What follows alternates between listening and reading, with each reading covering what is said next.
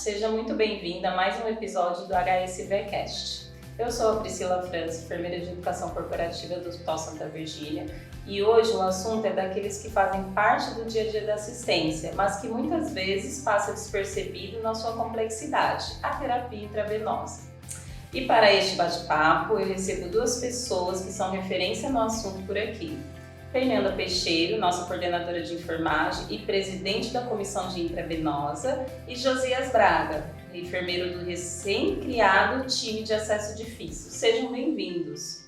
Obrigada Priscila pelo convite. Obrigado, Priscila, pelo convite também. Fernanda, iniciando o nosso bate-papo, conta um pouco pra gente como que surgiu a Comissão Intravenosa aqui no HSV e qual é o seu propósito principal dentro do hospital.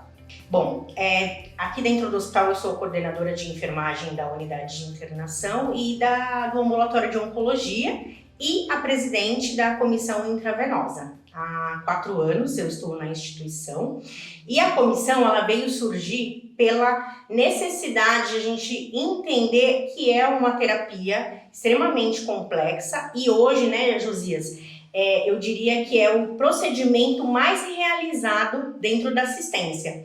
Eu diria que os pacientes que entram dentro da instituição, 99% das vezes vão passar por uma punção venosa. Então, a comissão ela surgiu nesse intuito de nós conseguirmos alinhar processos, padronizar procedimentos, né, e conseguir aprimorar a equipe de enfermagem para esta terapia. Muito bem. E Josias, como foi seu primeiro contato com esse tema, né, de terapia intravenosa aqui no hospital? Sempre foi uma área do seu interesse ou foi se desenvolvendo com a prática aqui dentro? Sempre foi do meu interesse. Eu trabalho como enfermeiro já há 20 anos. E no meu primeiro trabalho no Hospital Geral do Grajaú, eu na função de enfermeiro estagiário do CIE, comecei a praticar e me interessei muito por punção venosa. Eu ficava na sala de emergência, também rodiziava na UTI-NEL e comecei a ter habilidade a funcionar tanto o recém-nascido quanto os pacientes que chegavam na sala de emergência. E num período que eu me lembro claramente foi quando eu fiquei na aula de clínica médico-cirúrgico, e eu ficava sempre assistindo o enfermeiro. Ele me entregava, ó, Josias, esses acessos tão difíceis, aí eu preparava a bandeja e ia funcionando. Então eu avaliava o quadro nutricional do paciente, desidratação, as patologias, e ali eu ia praticando sem correria, então foi melhorando minha prática. E aí, desde então, eu fiquei como referência de punção venosa no Hospital do Grajaú, quando eu trabalhei lá no Jardim Ângelo, no Embu-Mirim, no São Luís. Então, eu rodava o hospital inteiro funcionando. E aqui também eu trabalhei um bom tempo no pronto-socorro, na UTI. E eu acho que Deus me deu uma habilidade de funcionar, ter uma facilidade maior de funcionar os pacientes. E hoje estou nesse time aí, graças a Fernanda que me propôs. E o Josias, ele é a referência mesmo, tanto na unidade de internação como os demais setores, né? Eu falo que não é só o dom, né? Ele falou o dom, mas é a técnica. A gente tem muito colaborador e é o que a comissão tem tentado desenvolver aí, é um trabalho de formiga, a gente tem muita ação ainda para realizar, porque não é só, né, a habilidade em pegar uma punção e garrotear o braço e ir lá e funcionar. É a técnica, é a escolha correta, é desenvolver habilidade com a equipe, né? A gente fala muito isso pro Josias. O Josias é referência, sim, em ser acionado. Eu falo que ele funciona jugular, que é um acesso que hoje a gente tem bastante dificuldade, evita ao máximo, mas numa necessidade acaba sendo a alternativa. Então, o que a gente tem tentado desenvolver com a educação permanente, com a comissão? É a técnica correta, os processos muito mais alinhados, seguindo as diretrizes, né? Então, nada é da nossa cabeça, a gente tem as diretrizes que a gente utiliza para isso. E a comissão aí está aí, junto com o time de acesso difícil, que a gente vai falar um pouquinho, para desenvolver isso. Eu penso assim, que a gente precisa olhar o paciente como um todo, né? Você vai chegar no quarto do paciente, você tem que saber qual a patologia do paciente, a idade do paciente, se ele já passou por um tratamento prolongado de antibiótico terapia, quimioterapia. Então você olha como um todo. São vários fatores. Se ele está se alimentando Influência. bem, então você, olhando tudo isso, você vai ter um cuidado maior na hora da punção. E aí o time vem para agregar conhecimento, né, e criar novas habilidades, principalmente para os enfermeiros, né, recém-admitidos, que acabaram de sair da faculdade e começam no mercado de trabalho. E a gente, com esse time, a gente consegue fortalecer essa prática. E aí, para a gente continuar nesse assunto, a gente teve recentemente, né, o segundo simpósio de terapia intravenosa aqui no Santa Virgínia. Foi um marco para o hospital. E aí, Fernanda, qual foi a importância desse evento para os profissionais que participaram e também para o próprio hospital, né? Porque a gente sabe que a multiplicação vai muito além do simpósio também. Como você falou, foi um marco importante, é o segundo simpósio, então a gente fala que é a série, né? Sim. Começou o primeiro, a gente vai crescendo aí cada dia mais. Na verdade, é a valorização do profissional. Nós recebemos profissionais muito bem renomados no mercado da terapia intravenosa, então eles puderam contribuir com o seu dia a dia, né, com a técnica correta, com as melhores práticas que utiliza hoje, né, de acordo com os guidelines aí da vida. E o colaborador, tanto o externo, a gente teve um público externo grande este ano, ficamos muito felizes aí como instituição, porque nós tivemos um número de inscritos externos muito grande. E no dia, inclusive, do evento, eu falei muito sobre sejam multiplicadores, né? Não guardem o conhecimento para si. Saiam daqui com uma cabeça diferente, com um embasamento diferente para desenvolver o seu colega dentro da instituição na qual você veio, seja dentro do horário de trabalho, mostrem o que você aprendeu. Eu falo muito que a gente precisa multiplicar o que a gente aprendeu e não guardar para si. Então foi um marco muito importante o nosso segundo simpósio. E você consegue destacar algum momento que te emocionou ou te marcou mais dessa vez do segundo simpósio? Acredito que o mais importante para mim, como presidente da comissão, foi apresentar o nosso manual, né, que está até aqui, o nosso manual, nosso guia, na verdade, é o guia de orientação para pacientes com catéter PICC. Nós temos na instituição alguns guias, algumas orientações relacionadas ao nosso maior perfil epidemiológico, que são os nossos pacientes idosos, né? Então, nós temos alguns trabalhos desenvolvidos para orientação. E esse guia, ele veio para, né, Josias, mostrar para o paciente, para o familiar, dentro do plano educacional, como que ele vai tratar e cuidar desse catéter PICC dentro na sua residência, né? Então, foi desenvolvido com a comissão, justamente para mostrar que dá para cuidar dentro da sua residência, com segurança, alinhado às práticas seguras, né, a prática segura. Então, esse é um marco. E a apresentação do time de acesso difícil, que nós entregamos, né, o bottom, apresentamos o time de acesso difícil, que também foi criado, né, nós vamos falar um pouquinho, mas ele foi criado justamente com os colaboradores, né, não foi a comissão que simplesmente elegeu os nomes. Então, foram os dois momentos mais importantes do simpósio. Que realmente, para quem estava presente no evento, né, Josias, marcou bastante também para o público, né, para demonstrar que a comissão também tem uma ação visando sempre segurança do paciente, né? E se a gente consegue fazer orientação com a família e com o paciente, ele é o ponto central do tratamento dele. Então, acho que isso marcou para todo mundo que estava assistindo.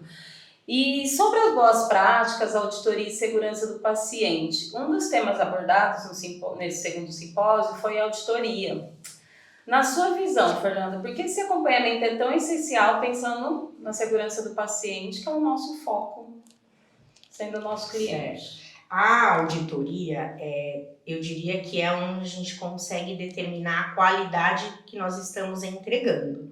Então, quando nós auditamos, né, eu falo muito de auditoria segura e a auditoria com a amostragem do que realmente a gente precisa melhorar. Então, a auditoria ela vem para mostrar o evento, para os indicadores. Nós temos o indicador de Flebit, que ele é feito, aí é um indicador assistencial que é avaliado mensalmente, tanto como comissão, como coordenadora de unidade. Então, né, os enfermeiros da unidade têm ciência de quais foram os eventos abertos, dentro da unidade intensiva, dentro da unidade de internação, dentro do pronto atendimento. Então, a auditoria, ela vem mostrar a qualidade do que a gente está prestando, né? Como eu falei lá no começo, punção venosa é o procedimento mais realizado, Sim. né? Mais realizado. E se a gente não audita para ver como está a qualidade dessa punção, a gente fica cegas. Então, a auditoria e a palestra que nós colocamos esse ano, foi até a coordenadora da auditoria que realizou, foi bem importante. Ela mostra aí a qualidade que nós estamos entregando através do registro,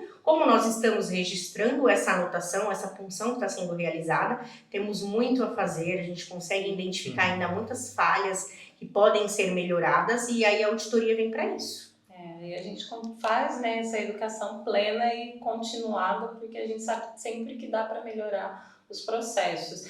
Além da auditoria, a gente teve outros temas, né, no simpósio, e um que foi bem abordado foi a coleta segura e o cuidado relacionado às infecções, para que não aconteçam infecções no catéter. O que o hospital, no geral, na visão de vocês, tem feito para qualificar essa prática? Certo. Na unidade, o José pode até falar como enfermeiro assistencial, a gente tem os bundles, né, que a gente faz aí diariamente, ele pode depois falar um pouquinho. E na auditoria, na palestra que foi realizada, foi feita pela enfermeira da CCIH, ela mostrou os dados internos, né, de infecção, quais são as infecções com maior número aí de evidência aí registrada e notificada dentro do Santa Virgínia, tanto na unidade de internação como na UTI. E também, quando você fala do treinamento que foi dado, a palestra relacionada à recoleta, porque nós identificamos aí uma necessidade de aprimorar a equipe. Por quê? Recoleta hoje é considerado um evento, né? Um evento adverso. Então, quando a gente acaba submetendo o paciente a uma nova punção, seja para coleta de sangue que já tinha sido realizado, a gente levou um evento. Então, identificamos a necessidade de aprimorar a equipe aí através da palestra e com a educação permanente sempre falando sobre isso. Então, a necessidade de olhar com, né, um olhar mais atento às recoletas, porque não é só uma recoleta, subo lá, faço uma nova coleta. E o paciente, como ele se sente aí, novamente você tem que puncionar ele para coletar um sangue para definir uma conduta. Então, por isso foram 2 temas importantes e bem maduros, né? Porque hoje a gente consegue mostrar quais são as infecções que a gente tem na unidade. Tem que ser claro isso para toda a equipe, e o profissional ele tem ciência disso, não fica nada escondido, nada subnotificado. Até porque, né, os enfermeiros têm papel crucial para o preenchimento, né, e acompanhamento dos bundles. Você sente que isso faz diferença na assistência direta, Josias? Faz totalmente diferença. A gente acompanhando o acesso, se ele está pérvio, se não tem infecção na inserção, se não tem sujidade. Então é um treinamento, eu até gostaria de falar, o que a gente tem mais dificuldade é permanecer, né? É ter constância, manutenção. Né? Isso é a dificuldade de tudo que a gente exerce na vida, né? Você faz um plano, vou começar minha dieta, mas aí passa 2 semanas, você se atrapalha. Vou começar meu exercício físico. Começar é uma beleza, mas permanecer que é o complicado. Desafio. É um desafio. Então, na nossa unidade, na assistência, a gente precisa ter a constância de sempre estar falando com a equipe. Pessoal, e o acesso está direitinho? Olha lá, tem sujidade. Vocês estão examinando realmente como é que está o acesso? O paciente está confortável, ele está referindo dor. Então, tem todo esse conjunto de orientações diárias para que o paciente não fique internado mais um dia por a negligência de um acesso que deu uma flebite, deu uma infecção. Sim, porque a responsabilidade é de todos nós. De todos né? nós. Então, eu acredito que como o paciente sendo o ponto central do tratamento dele, ele tem que ser questionado, né? Tem que ser evidenciado se ele está tudo bem, se ele está confortável, se ele tem dor, né? Trazer ele para a responsabilidade, né, do dispositivo dele. Perfeito. E continuando com você, Josias, a gente vai falar um pouco do time de acesso difícil que foi lançado no simpósio. Acredito que muitos colegas estão felizes com isso, até porque não é fácil de se encontrar isso em outros lugares. A gente teve essa missão e esse compromisso de fazer o acesso difícil. Como que você caracteriza para ser acionado para realizar um acesso que no conceito da equipe está muito difícil e com o nosso time a gente vai dar esse suporte para eles. Então, essa comissão, esse time gerenciado pela chefe Fernanda, ela elaborou que em todas as alas, no mural, tivesse esse time descrito lá. Sim. Técnico de enfermagem, auxiliar de enfermagem, que tem mais facilidade de uma punção venosa. Sim. E aí, quando o funcionário que está com o cliente precisa funcionar o acesso, ele identificou, poxa, dificuldade. Acho que eu não estou conseguindo achar uma veia. Aí ele vai lá e fala, vamos ver quem está de plantão hoje comigo que faz parte desse time. Aí fala, tem como dar uma olhadinha lá? Aí tá lá, um exemplo é a Luciene, vou mencionar, uma funcionária que tem muita habilidade. Sim. Aí ela vai lá no quarto, dá uma analisada, garroteia, verifica Faz todo o processo. Faz todo o processo. E se ela se sentir segura, ela vai funcionar e vai funcionar o acesso. Caso ela também tenha uma dúvida e não consiga, aí eles vão me acionam, eu vou lá no quarto, avalio todo o quadro do paciente e assim a gente funciona.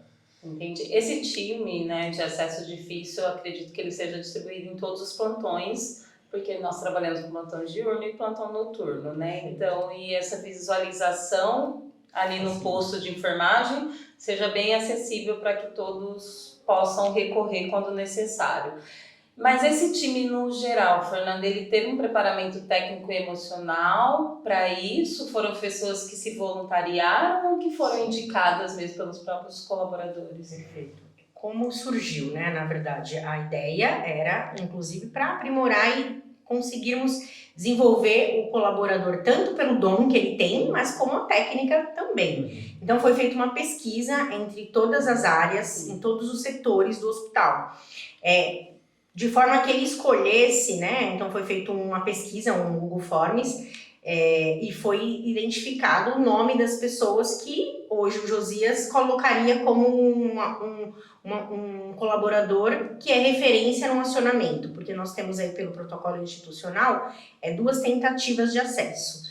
Em 2 tentativas eu não consegui, cabe a mim acionar um enfermeiro e acionar uma outra pessoa para ir lá no quarto fazer a avaliação. Então foi feita essa pesquisa, a gente fez por um período, UTI, pronto atendimento, CDI, centro cirúrgico, e aí depois nós fizemos um compilado dos nomes, e aí foi determinado em conjunto com a coordenação de cada área, e aí foi desenvolvido o time de acesso difícil. Nós temos, isso é a primeira fase, tá? A segunda fase, que ainda está sendo desenvolvida, é agora treinar as pessoas do time com as empresas parceiras para desenvolver habilidade técnica e conhecimento para esses profissionais. Então, a primeira fase foi a escolha dos nomes, que são as pessoas que a gente fala que são os que têm dom, que são acionados, como a Luciene, ele mencionou. E aí agora a gente vai aprimorar com a equipe parceira os profissionais escolhidos. E aí, realmente, em cada setor tem que foi desenvolvido um template com um nome, e a gente teve a preocupação, como você falou, de deixar por turnos, né? Porque o hospital roda 24 horas. Então, são os turnos de 24 horas, tanto diurno como noturno. Ah, perfeito. E aí, para a gente continuar no simpósio, a gente apresentou o novo guia do catéter de PIC, né? Que a Fernanda já mostrou aqui pra gente. E por que esse tipo de material é tão importante no cuidado? Quando a gente pensa em cuidado, né? Estou voltando a olhar para o meu paciente, para o meu cliente que está ali. Como você já sente diferença na abordagem quando a gente entrega esse novo guia para a família e para o paciente? Sim, eu vou falar a parte mais técnica, o Josias como assistencial entregando, ele pode falar um pouquinho melhor. Na verdade é o que eu falei anteriormente, a gente tem que colocar o paciente no centro do cuidado, né? Então quando a gente coloca ele no centro do cuidado e mostra para ele que nós estamos aqui para auxiliá-lo e educá-lo para tanto no período de internação como posterior, nós temos muitos pacientes que vão para a residência com a continuidade do cuidado. Então, o material ele foi desenvolvido justamente para educar, né? Para eu ter algo para me nortear para uma consulta posterior. Então, o centro do cuidado é o paciente. Por isso que a gente pensou em desenvolver. A gente tem muito ainda desafio, tem vários, né? O marketing fala bastante, eu falo, vamos fazer mais um manual para orientação. Eu acredito muito nisso, né, na educação. E a educação com documentação, com evidência, porque às vezes a gente vai falar no dia que o paciente vai de alta, eu falo, e aquilo, o paciente está tão ansioso para ir embora, você não tem um documento Ele para... absorve, Não né? absorve. Exatamente. E assim, é importante também ressaltar que é um material com referências, né? Sim. Então tudo que está aí está muito bem evidenciado, se o Exato. paciente tiver qualquer dúvida. E sem contar na questão de vínculo, né? A Perfeito. segurança da família que sente que a gente está com esse olhar de cuidar, que a gente não quer fazer uma recoleta, mas se precisar, por que aconteceu, né? E a gente, o catéter de PICC, a gente sabe que é um catéter de longa permanência, né? Exatamente. Por isso que não, a gente acaba dividindo o cuidado. Fica enquanto ele estiver no hospital, somos nós, mas e depois que ele sai de alta, né? Esse paciente vai permanecer com o catéter. E aí, pensando na assistência, você já sentiu isso, Josias, que está aproximando mais, tendo essa conversa clara com a família, quando a gente entrega o guia? Esse catéter de PICC é uma solução assim maravilhosa pra gente, né? Sim. Paciente com antibioterapia prolongada. Aí, na primeira abordagem, né, a gente fala, você precisa de um catéter de PICC, o que é isso? Aí a gente explica, dá detalhes, a pessoa, depois que descobre como que funciona, dá até uma tranquilidade no coração. E a possibilidade de continuar o tratamento com antibiótico em casa, isso deixa eles bem confortáveis se você explicar detalhes de como ele funciona, como você cuida. Exatamente. E aí eles vão para casa tranquilo, porque vai ficar, por exemplo, 20 dias tomando antibiótico no hospital. O hospital é o pior lugar para o paciente em relação a risco, só tomar uma medicação porque não toma em casa. Todos questionam isso. Isso é a solução. Ele vai ficar com o catéter em casa tranquilo, tomando antibiótico, vai lá o enfermeiro administrar a medicação bem orientado, eles vão ficar de olho na inserção, tem uma sujeirinha, e a gente fala, se tiver uma sujidade, sangue, ou tiver vazando alguma coisa, você busca o pronto-socorro, busca ajuda que vai ser trocado o curativo, vai ser investigado se tem uma flebite, alguma coisa. Então o paciente ele fica satisfeito e aumenta a proximidade com o tratamento, com o profissional da enfermagem, com os médicos. Cria confiança, né? Confiança. Se a gente puder resumir em uma palavra, confiança, né? E mesmo assim, vocês sentem que ele responde melhor ao tratamento? Principalmente quando é indicado uma terapia mais prolongada, no caso do nosso catéter PICC, que você entende que ele compreende melhor? O posicionamento já é uma coisa muito importante. Que alivia para ele. Porque ele não vai ficar bem na dobra do braço. Na fossa. No fossa. Né? Ele vai ficar na cefálica, na basílica. Então o paciente vai dormir mais tranquilo, não vai ficar incomodando, com medo de dormir e perder o acesso. É totalmente diferente. O risco de flebites e tudo é muito menor, porque a medicação já vai em grandes vasos. É fenomenal a utilização do PICC, tanto intra quanto extra-hospitalar. E todo projeto, como a gente já sabe, tem seus desafios, né? Fernando, o que foi mais difícil, pensando agora em toda essa jornada perante comissão? Eu diria desafiador e diário. Um desafio diário é manter a padronização dos processos, manter a constância da equipe em relação à qualidade do que está sendo entregue para o paciente. A terapia intravenosa é uma terapia que ela constantemente passa por mudanças tecnológicas, né? Então nós temos aí no mercado muito material disponível, e aí a equipe muito mista, então a gente às vezes tem uma rotatividade de colaborador na qual a gente precisa ser inserido, esse colaborador precisa passar pelo processo de educação e manter o padrão de qualidade aí institucional. Então eu falo que é um desafio porque é uma terapia que não é engessada, então a gente tem os processos aí que a gente segue os guidelines, segue as normativas, então é o desafio manter isso sempre em qualidade e constância da equipe fazendo e executando de uma forma correta e padronizada. E o que te mantém motivada, já que o desafio é grande e constante? O que me mantém motivada é mostrar a qualidade, ver que a equipe, além de funcionar, além de ter aí a avaliação do paciente em relação à sua terapia, manter o paciente bem dentro da instituição, na permanência que ele estiver aqui de necessidade, ele sair seguro, sem flebite, sem nenhum evento, sem nenhuma infecção. Isso é o mais que me motiva como presidente da comissão. E aí tem os desafios, né? E aí tem um projeto que a gente está desenvolvendo junto a uma empresa parceira, que aí são ações futuras, que é a nossa árvore decisória, né? Porque o José estava falando sobre a punção, sobre o pique, passar o pique, mas por que a gente vai passar? A gente tem uma árvore decisória para decidir o melhor momento, para a gente entender que aquele paciente de fato precisa sair de um acesso periférico e evoluir para um acesso central, um acesso de longa permanência. Então a gente está aí com um desafio na comissão, está sendo desenvolvido já, logo mais sai do forno, que é a árvore decisória. Ah, perfeito. A gente já se prepara para os próximos capítulos aqui do cast, né? E para você, Josias, que está lá na prática todos os dias, qual é o seu maior desafio e também de aprendizado? Mesmo você contou pra gente toda a sua experiência, né, na área da enfermagem e com os acessos, principalmente difíceis, mas o que você ainda tem como desafio e o que te motiva a continuar com esse assunto que é tão desafiador para todo mundo? O que motiva sempre é a satisfação do paciente, né? O paciente confortável, porque o tratamento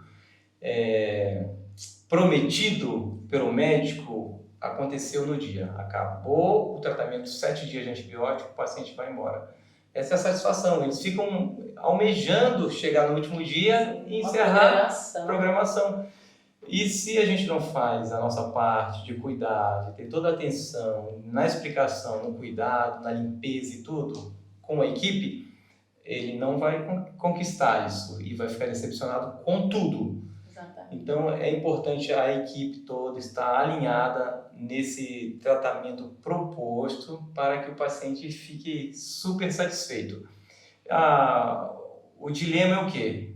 Igual você falou, é a constância. Eu já havia falado, né? A gente manter a equipe sempre feliz, motivada. E aí o acesso?